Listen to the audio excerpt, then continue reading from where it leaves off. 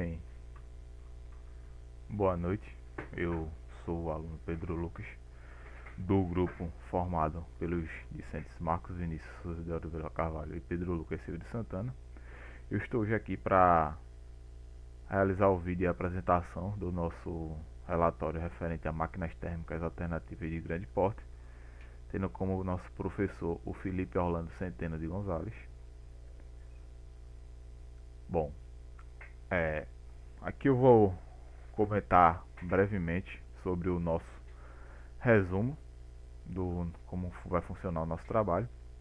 Esse trabalho apresenta uma análise crítica das máquinas térmicas alternativas com ênfase na aplicação dos motores do ciclo Stirling e motores de combustão interna em usinas termoelétricas brasileiras, inicialmente descrevendo os princípios termodinâmicos do ciclo Otto, diesel e Stirling, ou seja, a gente vai basicamente aqui definir esses três ciclos aí. A gente achou importante mencioná-los, embora nosso foco nas máquinas térmicas de grande porte não vai ser todos nesses três, mas a gente achou importante definir até para trazer um de cada tipo de grupo lá de máquinas térmicas alternativas, porque o Otto e o diesel são máquinas térmicas de fonte de calor interna e o Stirling é de fonte de calor externa. A gente achou importante mencionar isso no nosso relatório para ter uma melhor diferenciação.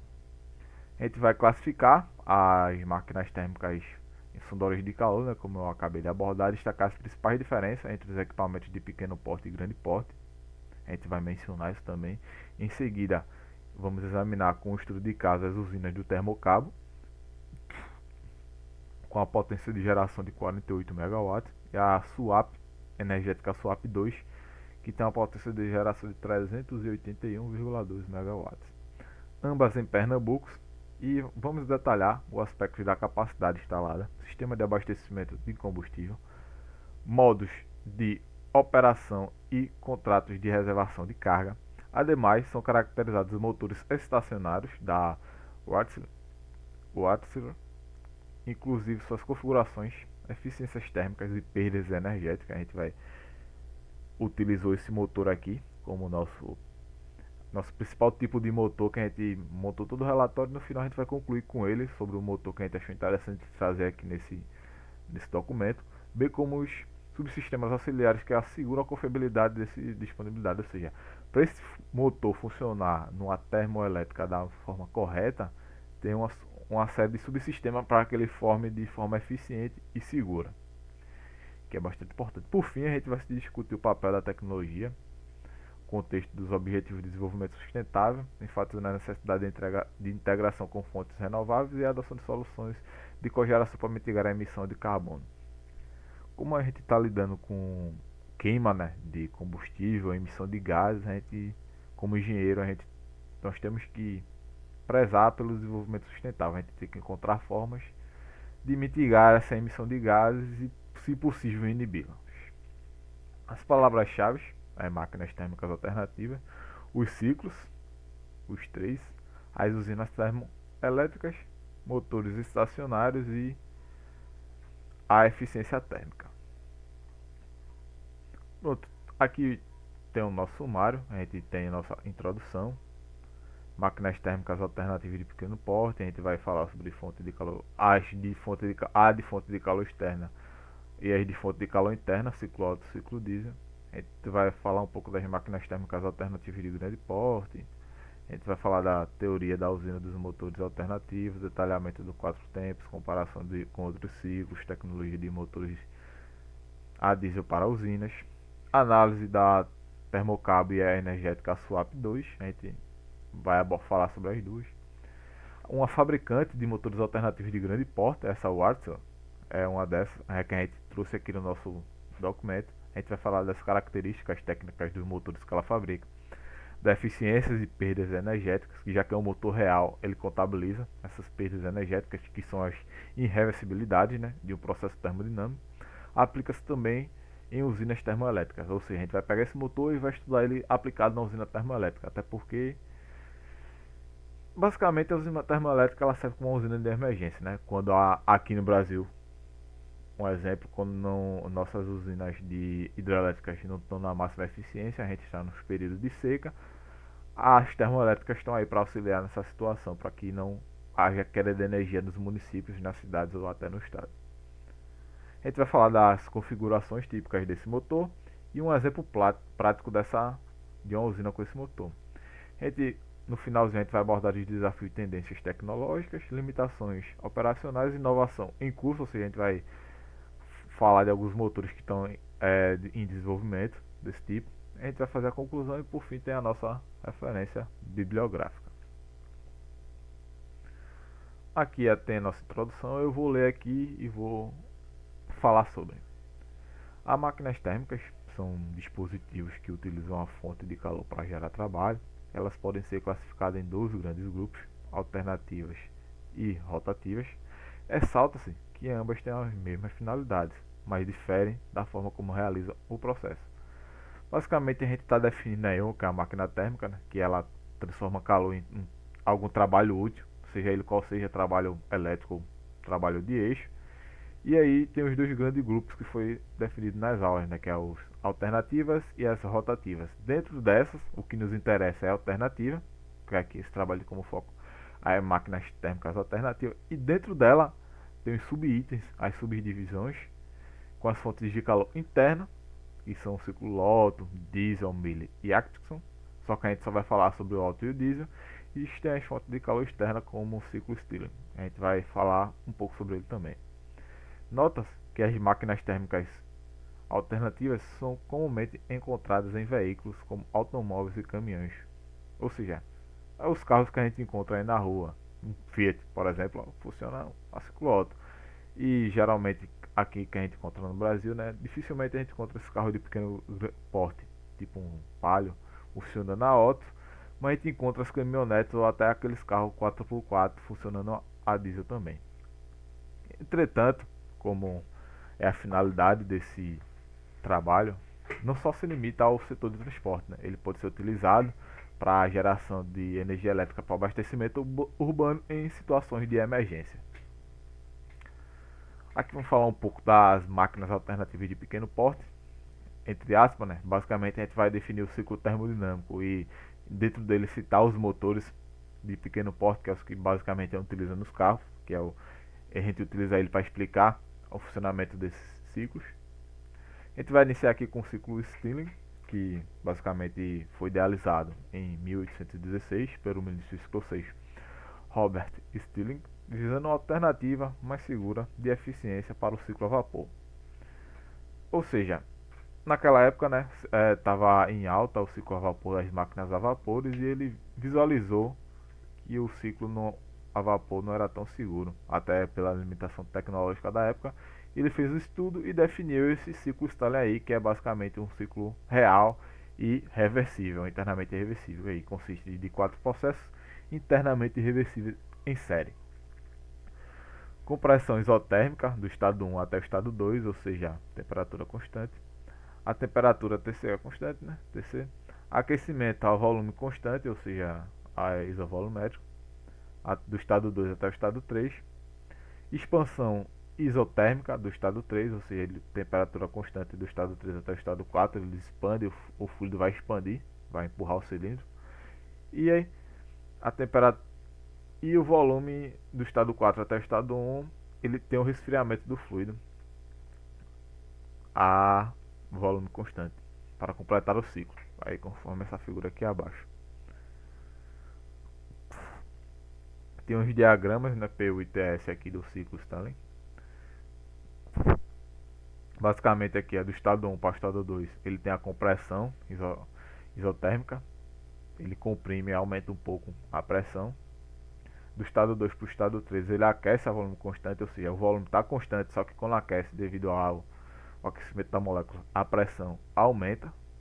Do estado 3 para o estado 4, que é o momento da explosão lá que ocorre a combustão, vai ter a expansão, né? Vai empurrar o êmbolo, aí vai ter o aumento, o volume vai aumentar, consequentemente a pressão vai diminuir, só que a temperatura nesse caso, nesse ciclo ideal, ela permanece constante. E no estado 4 para o estado 1, o fluido vai resfriar e vai reiniciar esse ciclo com o aumento da pressão, com o acionamento do cilindro, por exemplo.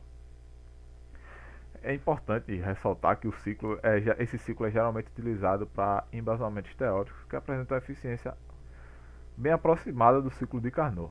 Entretanto, o motor que opera no sistema cilindro-pistão, como já foi abordado em um ciclo regenerativo fechado, ou seja, se a gente pegar o motor com cilindro-pistão e isolar esse motor num ciclo fechado, né, sem volume de controle, ele vai se comportar semelhante ao ciclo Stirling. E esse motor a gente denominou ele de motor Stirling. Segundo o Moran, que eu peguei essa citação do livro, o motor Stirling oferece uma oportunidade de alta eficiência juntamente com emissões de produtos a combustão reduzida, ou seja, ele vai diminuir a produção de carbono na atmosfera e outros gases nocivos. Ocorre externamente, ou seja, pode ser uma fonte de calor externa, qualquer que ela seja, com motores a combustão, não com motores a combustão, dentro do cilindro. Porque a combustão ocorre externa e não dentro do cilindro, como no motor de combustão interna. No motor externo, a energia é transferida dos produtos de combustão que são mantidos separados para um fluido de trabalho. Uma máquina térmica, como o motor Stirling, utiliza o calor externo para gerar trabalho. Né? Ele gera um trabalho onde a gente pode utilizar como exemplo uma máquina térmica que funciona com energia solar. Ela capta a energia do sol e utiliza para gerar movimentar esse motor. Esse é um dos casos. Entretanto, note-se que a diferença entre esses motores, né, um ocorre internamente dentro do cilindro, outro vai ocorrer de forma externa. Ele apresenta uma maior flexibilidade do motor Stirling, até porque ele é mais seguro e pode ser aplicado em diversas áreas. Entretanto, ele não tem uma potência tão alta, uma eficiência tão alta quanto os motores de combustão interna. Partindo para a fonte de calor interna aqui, os motores com fonte de calor interna, mais comumente conhecidos como os motores de combustão interna, pois a fonte de calor é queimada dentro do motor e o produto dessa queima gera potência mecânica dentro dos tipos de motor de combustão interna, será abordado o ciclo Otto e o ciclo diesel. Ou seja, no nosso trabalho aqui a gente vai falar desses dois ciclos aqui. Iniciando aqui pelo ciclo Otto, ele é definido por um modelo termodinâmico ideal, onde o funcionamento descreve motores de ignição por centelha, geralmente encontrada em veículos que funcionam com gasolina, né, o combustível é a gasolina. Segundo o Senjo, a gente pegou a descrição aqui, na maioria dos motores de ignição por centelha, o pistão executa 4 cursos completos, 2 ciclos e 2 ciclos mecânicos, dentro do cilindro. E o eixo da manivela realiza 2 revoluções para cada ciclo termodinâmico. Esses motores são chamados de motores de combustão interna, de 4 tempos, uma representação esquemática de cada tempo, bem conforme o diagrama PV do motor de ignição por centelha dos 4 tempos real. São mostrados na figura abaixo. Aqui tem um texto gigante explicando de forma bem técnica como é que ele funciona, mas o entendimento fica melhor a partir do momento que a gente passa para esse gráfico aqui PV e essa representação gráfica aqui de como funciona esse motor. Basicamente, do estado 1 para o estado 2 tem uma compressão isentrópica. Essa compressão isentrópica, o ar, a mistura, né, ar combustível. Aqui, antes de eu começar a explicar, a gente tem o ciclo Otto ideal, que é o que a gente basicamente estuda, e tem o real, né, que é bem mais complexo como o princípio de funcionamento dele aqui. Mas voltando aqui para o estudo do real, porque basicamente a gente utiliza o estudo ideal para aproximar do real. Basicamente ele vai ter uma compressão isentrópica, vai comprimir o fluido do estado 1 para o estado 2. Quando ele comprime o fluido do estado 1 para o estado 2, há um pequeno aumento de pressão.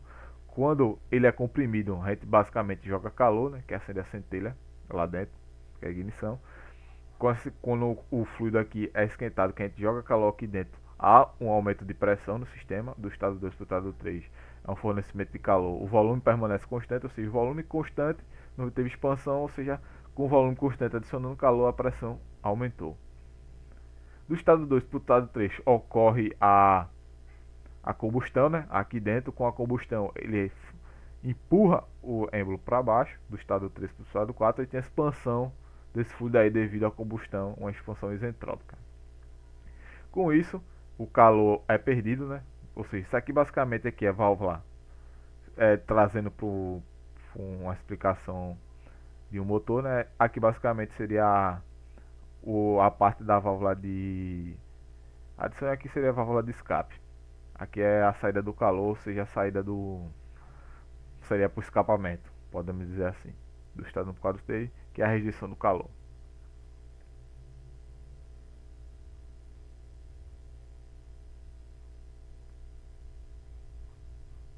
Pronto. Partindo aqui para uma definição do estado diesel, o ciclo diesel é definido por um modelo termodinâmico ideal, bem semelhante ao Otto, para falar a verdade. Tipo, como a gente coloca ele no ciclo ideal lá, no diagrama ideal, ele é bem semelhante ao Otto mesmo. Segundo o Senjo, é diferente do, principalmente do método de início de combustão nos motores de ignição por centelha, também conhecido como motores a gasolina, a mistura a combustível é comprimida a uma temperatura abaixo da temperatura de alta ignição, ou seja, quando ele é comprimido, lá ele seria comprimido na temperatura de alta ignição. Quando ele é comprimido na temperatura de alta ignição, imediatamente aconteceria a combustão. Nesse caso aqui, ele é comprimido, mas a temperatura de alta ignição ainda não chegou. Ou seja, o processo vai ser feito por a centelha lá no sistema que vai ser automático. O processo de combustão é iniciado por uma centelha dentro da vela de ignição. No motor de ignição por compressão, também conhecido como motor a diesel, o ar é comprimido até uma temperatura acima da temperatura de alta ignição do combustível e a combustão é iniciada pelo contato. À medida que o combustível é injetado nesse ar, assim, a vela de ignição é substituída por um injetor a combustível, ou seja, no outro lá seria uma centelha, devido à compressão seria abaixo, né? Seria uma centelha que iniciaria a combustão. Nesse aqui a combustão seria por pressão, basicamente. Aqui tem um processo de como funciona, basicamente, o diagrama, tipo diagrama de TS aqui, temperatura e entropia. Do estado 1 para o estado 2 tem um processo de compressão isentrópica, ele aumenta a pressão. Do estado 2 para o estado 3, processo de adição de calor a pressão constante, ou seja, nesse caso aqui, nesse processo aqui a pressão é constante. A pressão constante. Do estado 3 para o estado 4, o processo de expansão isentrópica, ou seja, o fluido expande.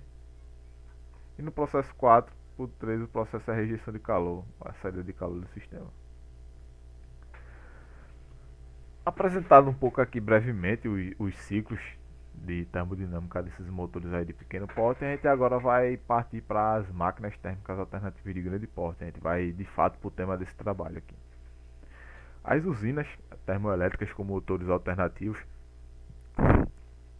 diesel ou a gás, constituem uma alternativa eficiente e flexível para a geração de energia elétrica em regiões com restrições hídricas ou soluções de contingência. Ou seja, basicamente a gente geralmente é utilizado esse tipo de termoelétrica em região onde há seca, onde não tem muita circulação de água para gerar as hidrelétricas, ou em períodos de seca, quando a produção das hidrelétricas está baixa. Tais plantas utilizam um motor de combustão interna que converte energia química do combustível em energia mecânica, posteriormente transformando em energia elétrica para geradores acoplados.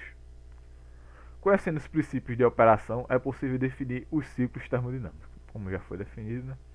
Aqui basicamente é uma figura representando, essa figura acesa, o ciclo diesel, de como funciona aqui a válvula de admissão aberta, né, que vai jogando a mistura aqui dentro, a mistura ar combustível, a câmara de combustão, o pistão, quando esse pistão aqui pressionar, já vai acontecer imediatamente a haste aqui, né, e o virabrequim. Esse aqui seria a biela. Quando o êmbolo acionar, as válvulas vão estar fechadas, né, para não sair nenhum gás, e devido à pressão, imediatamente vai acontecer a combustão e vai ter a saída aqui pela válvula de escape. Aqui é a fonte e o ciclo Otto forma de maneira semelhante, né, a admissão, joga misturar combustível aqui pela válvula de admissão, as ambas válvulas fecham e tem a pressão e a injeção de combustível, e depois tem a expansão. É basicamente mostrado anteriormente, só que aqui é a representação gráfica dos motores e não do ciclo, não do diagrama. E aqui abaixo vai ter um ciclo dual, que basicamente é a combinação do ciclo diesel com o ciclo Otto, utilizando em motores de grande porte para melhorar a eficiência do seu. Para motor de grande porte, aqui seria tipo um ciclo diesel, aqui é o diagrama de PV, em vez de tipo ele sai do 1, aí tem a expansão, tem a compressão isentrópica, aí sai do ciclo 2, seria para o ciclo 3, mas aqui é para o ciclo 6, ou seja, ele recebe calor de um motor, recebe calor de outro motor, ou seja, aqui a volume constante, recebe calor de outro motor e depois vem, ele expande isentropicamente também e vai todo o processo, na definição desse processo é reversível aqui. Aí é. Embora compartilhe o mesmo princípio termodinâmico de operação, o ciclo diesel ou dual, as usinas de grande porte com motores alternativos apresentam características técnicas, operacionais e estruturais muito distintas de motores de pequeno porte. Esta distinção se dá pelo escalonamento da aplicação e pelos requisitos de confiabilidade e eficiência energética. Ou seja, claramente um motor de pequeno porte não vai poder gerar energia para uma cidade, né? Tem que ter uma modificação de projeto, modificação de escala e até modificação do combustível, um combustível mais eficiente, mais robusto, com uma estruturação melhor desse ciclo termodinâmico para que funcione para tipo abastecer ou auxiliar no abastecimento urbano de eletricidade, por exemplo. Aqui diferem no tamanho, durabilidade, sistema de gestão, ciclo de trabalho, controle eletrônico e principalmente na forma de integração com sistemas elétricos e térmicos. É possível observar as principais diferenças entre os motores aqui na tabela 1. Pronto. Aqui vai ter um comparativo bastante interessante. As características, né, que a gente vai comparar, aí é a capacidade unitária de um motor de pequeno porte, ele gera uma potência abaixo de 1 MW. Já motores de grande porte, as usinas, entre um único motor, né? Numa usina vai ter vários. Um único motor geralmente tem entre 5 a 20 MW por motor. O combustível utilizado é diesel, gasolina, gás. Já no motor de grande porte é um diesel pesado, gás natural e Downfuel. O sistema de injeção aqui é simples, com controle básico, que é tipo aqueles comandos de válvula, né? O sistema de gestão. Lá nos motores de grande porte é injeção de alta pressão com controle eletrônico, ou seja, alta pressão com controle extremamente preciso da eletrônica. Eficiência térmica. Os motores de pequeno porte geralmente têm uma eficiência térmica entre 25% e 35%. E os motores de grande porte têm uma eficiência térmica de 40% a 50%, podendo chegar até pode chegar até 50%, exatamente 50% com cogeração. Os ciclos de trabalho, 4 tempos comum, já nos motores de grande porte é de 2 a 4 tempos, super alimentados e turbinados. O sistema de arrefecimento para motores de grande porte, pelo menos em veículos, geralmente a gente encontra com ar ou com água. Já nos de grande porte água em circuito fechado com torres de resfriamento. Ou seja, tem uma torre de resfriamento para resfriar a água mais rápido, né? Que o calor é muito alto nessas usinas. A vida útil de operação dos motores de grande porte é um único, né? É de 5 a 10 mil horas. Já de motor de grande porte é de 20 a 30 mil horas antes de uma revisão geral. E a manutenção, teoricamente, para um motor de pequeno porte é baixa complexidade. Já para um motor de grande porte requer uma manutenção especializada e monitoramento contínuo, ou seja, vai ter que monitorar diariamente a operação do motor para ver se não tem nada fora do lugar. Até porque a funcionalidade de uma usina é uma cadeia, né? O motor não funciona sozinho e tem os equipamentos auxiliares que vai ajudar. E o controle de emissões é raro no motor.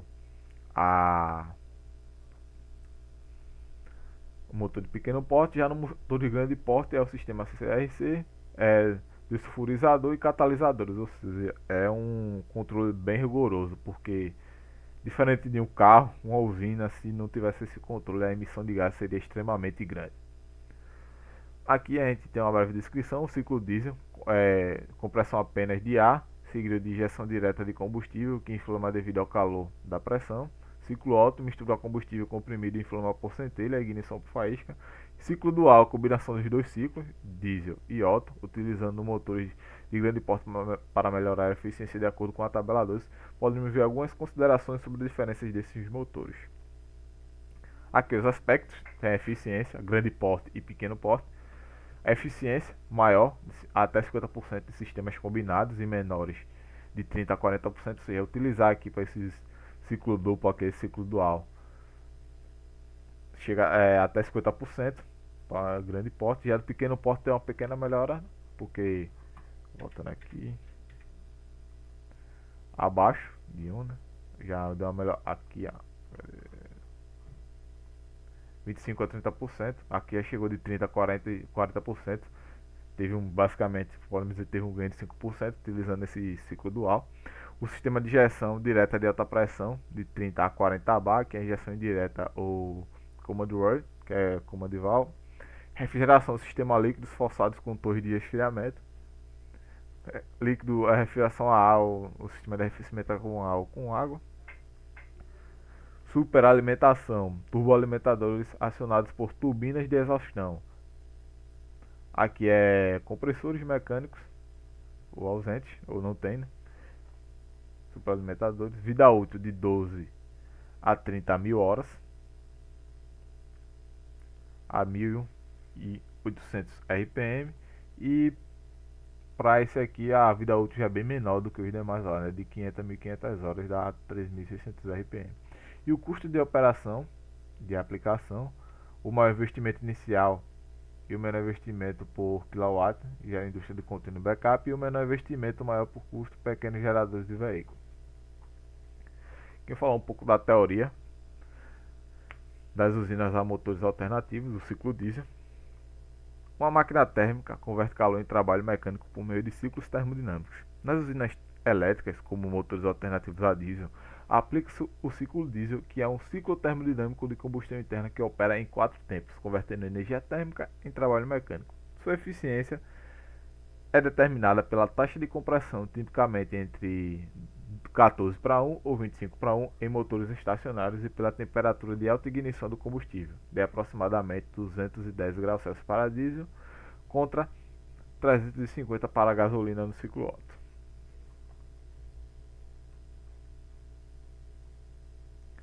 Aí tem um detalhamento de 4 tempos aqui, né, que já foi abordado basicamente. Aqui é um detalhamento voltado mais para a aplicação de um motor, a admissão do ar, pistão desce e admitindo a atmosfera sem restrição, sem a borboleta de aceleração ao contrário do ciclo Otto. A compressão do ar, o ar é comprimido, o pistão sobe, é comprimido a 30 ou de 30 a 50 bar, eleva sua temperatura acima de 700 graus Celsius, a condição necessária para a autoignição da diesel, né, que é que foi abordado aproximadamente 270. E tem injeções de combustível. Quando o combustível é injetado sob alta pressão, de 1000 sob alta pressão, chega até a 1500 a 3000 bar, um sistema como o outro, queima progressivamente a combustão de forma isobárica, ou seja, queima a combustão com volume constante. Aí tem a expansão e escape, né? Os gases expandem-se gerando trabalho mecânico e são expelidos na fase de exaustão, ou seja, com a combustão expande, empurra o êmbolo e o restante do gás é rejeitado para o escapamento, basicamente. Aqui vai ter basicamente essa ilustração aqui de todo como esse processo funciona, né? Aqui tem, entre o ar, o cilindro atua, com tudo fechado, o ar comprime, aí vai para aquela situação do bar, aí leva a temperatura aqui dessa região para aproximadamente 700 graus, é jogada a gasolina, ocorre a combustão, realiza o trabalho e desse trabalho vai para exaurir. Aí tem a comparação com outros ciclos. Na tabela 3 vai ser possível fazer algumas comparações em relação aos outros ciclos termodinâmicos em analogia ao ciclo diesel. Logo, tem os parâmetros aqui, né? O ciclo diesel, o ciclo Otto e o ciclo Rankine, que vai ser o ciclo a vapor. O fluxo de trabalho no ciclo diesel é a diesel, o ciclo Otto a gasolina e o ciclo Rankine vapor barra água. A ignição no ciclo diesel é auto-ignição, ou seja, é para a própria compressão. Quando comprimir, aquilo vai ser ignição. No ciclo Otto vai ser uma vela, né? Vai ter a centelha lá. E no ciclo Rankine vai ser o calor externo. A taxa de compressão no ciclo diesel é de 14 para 1 e de 25 para 1. E a na gasolina, no ciclo Otto é de 8 para 1 e 12 para 1. Como a gente pode ver no ciclo diesel, a taxa de compressão é muito grande, é de 14 para 1 e de 25 para 1, justamente para ter essa auto-ignição. E no ciclo Rankine a gente é não aplicável. E a eficiência térmica no ciclo diesel é de 35 a 50%, no ciclo Otto é de 25 a 35% e no ciclo Rankine é de 30 a 45%. Partindo agora para a tecnologia de motores a diesel para usinas, em contraste ao ciclo Otto, usamos os a diesel motores Eleven, o ciclo diesel não exige a vela de ignição e a queima de combustível de menor volatilidade, ou seja, quando a temperatura, o ar não está em condições de alta ignição, né? Vai ter que precisar de uma centelha para se acionar. Em usinas tipicamente desempregadas, o ar como fluido de trabalho para motores autos ou diesel e a água para turbinas de vapor como Cyclone Killing, segundo o Mercury Prince 2021, logo apresenta características que podem se adequar aos projetos de grande porte, como na Wärtsilä, a Thermo Cabo e a Energetic Swap, ou seja, o ciclo diesel basicamente é bem adequado para esse tipo de situação. Aqui a gente vai para o nosso estudo de caso aqui, a gente vai basicamente descrever essas usinas. A Termocabo, no Cabo Santo Agostinho PE, né, ou seja, bem próximo da nossa faculdade. A Termocabo é uma usina termoelétrica de médio porte, tem uma potência de geração de 48 megawatts, ela foi instalada em 2002, constituída com tempo recorde, ou seja, cerca de 7 meses, com o objetivo principal de atuar em caráter emergencial durante crises hídricas no Nordeste. Aí a gente viu essa aqui do Termocabo 2025. Tem uma foto da da termo da Termocabo aqui, como pode ver, que é a capacidade de fabricação, né, de 48 megawatts. Total tem 3 motores Wärtsilä de 18V46 de 4 tempos acionados e a óleo a combustível pesado HFO. A usina foi construída pela Wärtsilä em 2002 com o projeto Fast Track para emitir para emergências energéticas. O combustível e suprimento, a queima de óleo combustível óleo diesel do tipo Hero Fluid. O abastecimento é feito à via de contratos regulados, a modalidade OCB1, especial da Petrobras, com estoque declarado a cerca de 7.200 metros cúbicos. Os armazenamentos em tanques são nesses tanques aqui, ó. Deixa eu voltar. Pronto, que são geralmente nesses tanques aqui, nesses tanques de armazenamentos aqui. Alguns são para água, alguns são para tipos de combustível. Esse aqui também. O sistema de parte da operação é a usina reserva, stand-by, ou seja, ela está em stand-by, que só entra em operação quando os reservatórios hídricos do Nordeste atingem níveis críticos. Cada motor é acionado sequencialmente usando o sistema de partida por ar comprimido ou motores auxiliares e sincronizado à rede elétrica, assim que a termocabo eleva rapidamente a geração em situações de emergência, ou seja, está pronto para ligar a qualquer momento se tiver alguma emergência. O tipo médio de atuação de operação opera esporadicamente de forma a complementar o sistema dos hidrelétricos, né, por contrato do PPA. Sua utilização é limitada, poucas centenas de horas por ano, cumprindo as obrigações de reserva de carga durante a inatividade e mantém-se em pronta resposta.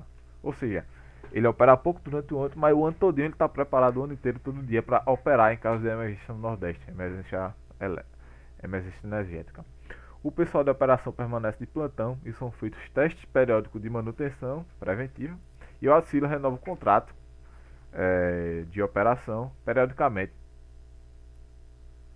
para garantir a disponibilidade e consumo do combustível controlado. Ou seja, é um processo altamente controlado desde o início ao fim, preparado para operar a qualquer momento.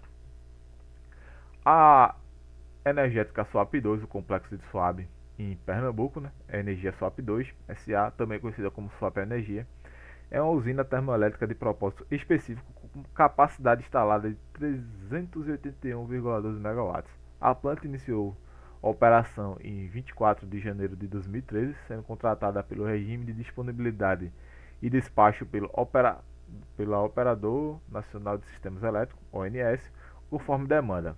Isso aí foi tudo tirado lá do site da Swap Energia 2005. Tem aqui a vista aérea da Energética Swap 2, complexo do Swap PE. Aqui tem uma foto da vista aérea. A gente pode ver que é um complexo bastante grande, bastante robusto, até porque a geração de energia dela basicamente é 6 vezes maior que a anterior, né? Tem a capacidade, e a fabricação tem a capacidade de 381 megawatts gerado por 17 motores Wärtsilä de 20V46F em configuração 20V, inaugurada em 2011, é a maior usina já construída pela Wärtsilä no Brasil. O combustível e suprimento. Também opera a óleo combustível pesado. A HFO Suprimento segue o contrato OCB1, em especial com estoque em tanques aproximadamente de 58 mil metros cúbicos de combustível, ou seja, tem combustível para caramba armazenado. O volume elevado reflete a capacidade de uso intermitente da usina. A distribuição de óleo é feita por caminhões de tanque por local da SUAP ou refinarias. Sistema de partida e operação. Projetada como uma usina de carga intermediária, ela entra em operação para compensar flutuações de gerações elétricas. Ou seja, oscilação elétrica, baixou a produção de energia elétrica das hidrelétricas, ela está pronta para funcionar também. O arranque dos motores segue um procedimento similar à partida por ar comprimido e sincronizado. Cuidadosa. A Wärtsilä também mantém a equipe permanente na usina para operar a manutenção em contrato com a OEM de 3 anos renovável, assegurando que a planta esteja pronta para responder a leilões de reservas de carga. O tempo médio de anual de operação gera de forma episódica conforme as condições de sistema. Seu PPA, o contrato de compra elétrica, vigora até 2026. Durante meses de menor necessidade, fica em modo reserva. Em regime normal, pode operar vários milhares de horas por ano. Quando acionada, quando não em produção, a usina executa rotinas de manutenção preventiva e testes de carga mínimos. Segundo o contrato de serviço, toda a manutenção majoritária é feita pela equipe da Wärtsilä no local, garantindo que os motores permaneçam em condições ótimas, ou seja, pronto para operar sempre. Aqui a gente vai falar agora sobre essa fabricante, né, desses motores aí, como a gente pode ver, ambas nas nossas usinas termoelétricas aqui de Pernambuco, aqui, essas duas que a gente trouxe como exemplo, tem esses motores aí da Wärtsilä.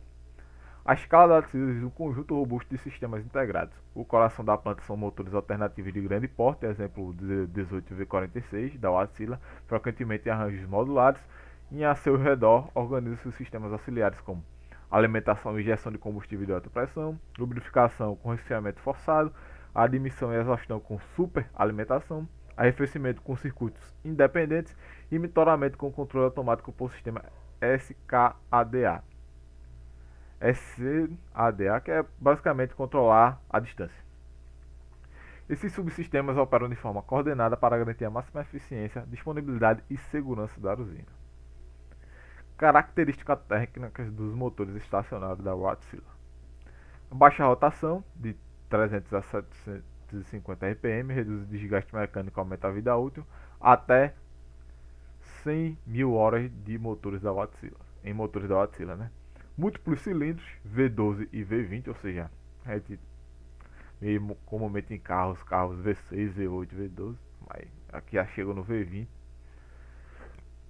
Permite uma potência de um motor, né? Um único motor permite uma potência de 1 até 20 MW por unidade. O sistema de partidas utiliza o ar comprimido. E motores acima de 5 MW ou motores auxiliares elétricos. Combustíveis alternativos podem operar com óleo pesado HFO, biodiesel ou gás em configuração dual fuel. Eficiências e perdas energéticas. Conforme o site da Wärtsilä, né, que a gente tirou esse material, a eficiência térmica é até 50% em motores de última geração. Por exemplo, esse 31DF aqui. As perdas principais de 35 a 40% do calor dissipado no sistema de exaustão. De 12 a 20% é perdas por atritos e refrigeração, e de 5 a 10% consumo auxiliar de bombas e ventiladores.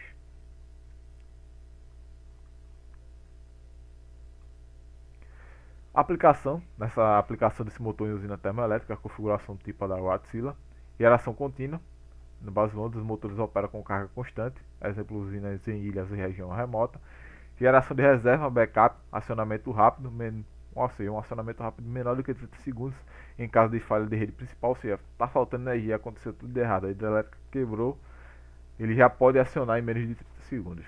A cogeração, né? Recuperação de calor residual para aquecimento de processos industriais, aumentando a eficiência global para 80 a 40%, ou seja, ele trabalha com essa situação também de cogeração. Tem um exemplo prático de uma usina com motor Wärtsilä de 46F, que a potência unitária é de 10,8 MW por motor, uma configuração V18, ou seja, 18 cilindros, combustível óleo diesel ou HFO, com pré-aquecimento, ou seja, isso aqui, o óleo, o combustível aqui é pré-aquecido a 120 a 150 graus Celsius, uma eficiência de 47,5% 100% com a carga plena, e emissão e controle via SR, para reduzir o NOx, né, que é toda a mistura do carbono lá, do hidrogênio. Os motores a diesel de grande porte têm alta taxa de compressão, gerando temperaturas extremas e podem queimar combustíveis pesados, como óleo de combustível e biodiesel, ou seja, devido a esse tipo de trabalho, eles queimam combustíveis extremamente pesados. Tecnicamente, difere dos motores automotivos por serem mais robustos, operam em rotações mais baixas, terem cilindros muitos e sistemas de partidas especiais, o ar comprimido ou motor auxiliar, isso lhe confere maior durabilidade e eficiência, consumo de combustível de megawatts-hora é menor, ou seja, ele consome menos combustível, é mais eficiente, eles operam com a rotação menor, a vida útil aumenta. Mas exige uma infraestrutura de abastecimento e manutenção mais intensa do que cristal, ou seja, ele funciona dessa forma em contrapartida comparando com o motor de pequeno porte, né? Um motor de grande porte como esse, para manutenção e controle dele é extremamente complexo. Tem que montar basicamente uma fábrica só para operar esses motores. Em resumo, os motores de usinas são projetados para operar continuamente de cargas pesadas, enquanto os motores automotivos reduzir o peso para uma resposta rápida de alta rotação. Cada um tem sua finalidade, basicamente cada um tem sua finalidade, cada um tem seu objetivo. Um é para abastecer uma cidade urbana em caso de emergência, e outro é para movimentar um carro.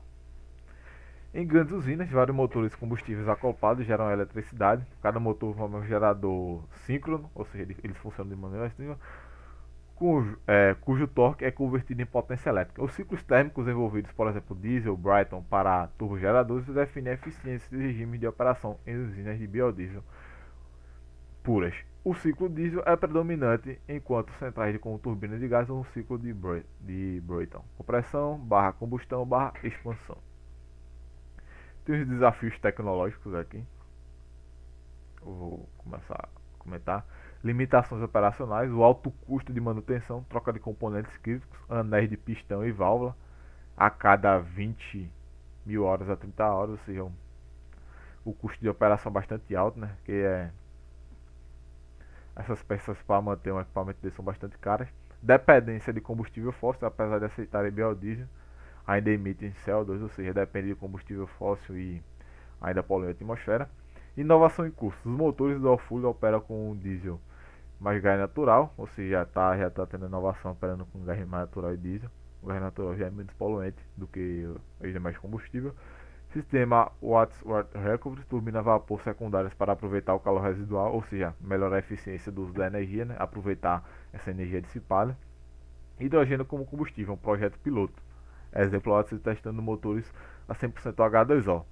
Só falta a gente achar uma fonte, né? Como recentemente a gente está uma evolução tecnológica nossa é tentar minerar esses hidrogênios. Se conseguimos, a gente extrair da terra, porque a terra, na costa da terra tem bastante, se a gente conseguir, vai ser uma revolução tecnológica bastante perfeita, até para reduzir essa emissão de gases aí, até na queima, né? Porque utilizando H2O, o resíduo vai ser basicamente água, vai ser vapor. Aqui a gente vou concluir nosso trabalho aqui. As máquinas térmicas alternativas mantêm-se fundamentais para o suprimento elétrico em regiões com restrição hídrica, oferecendo flexibilidade e uma resposta rápida à demanda de reserva de carga. Embora os motores de combustão interna de grande porte apresentem elevada eficiência, de até 50%, e robustez operacional, sua dependência de combustível fóssil requer uma estratégia complementar para a mitigação de emissões. Ou seja, aqui a gente vai entrar para aquela situação lá das ODS, né? Embora a alternativa dele seja bastante boa, bastante robusta, sejam motores extremamente eficientes, ainda tem a questão do ambiental que a gente tem que sempre pensar nessa situação.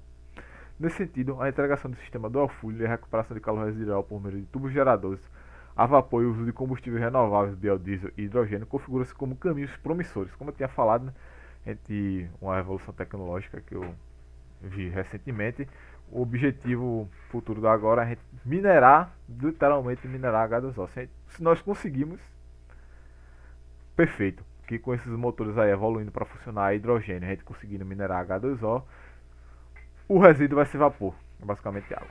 Configura-se como caminhos promissores, concluindo-se que a modernização dos parques termoelétricos, aliada ao desenvolvimento de microgeração como o motor Stirling e a expansão tecnológica da cogeração é imperativa para alinhar o setor elétrico brasileiro e as metas globais de sustentabilidade, que são as ODS. Aqui estão nossas referências bibliográficas. E com isso eu concluo a nossa apresentação.